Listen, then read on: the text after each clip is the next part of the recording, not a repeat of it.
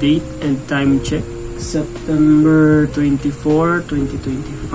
May 3 araw ako na di nakapag-post. I don't know, maybe 2 or 3 days. 1 week lang yung naging consistent na araw ko. Yun, so my punishment, maybe I'll do 50 push-up bago matulog. By the way, may paparating na bagyo. Bagyong Upong. Tatamaan mismo yung Bicol. Maglalandfall siya ng Biyernes. So, share ko lang, Lunes, hindi ako nakapag-upload. Pumunta ako ng Naga. Kumuha ko ng ID kasi dumating na yung ID ko. And itong Martes naman, wala akong naging upload. Wala, tinamad. Mahirap talaga maging consistent.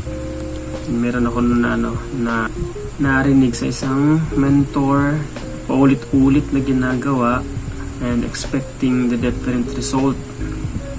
Yun, nasa cycle tayo, nasa cycle ako ng ganun, and imagine and expect ko na different result. Kaso, same habit, same situation, araw-araw, same result.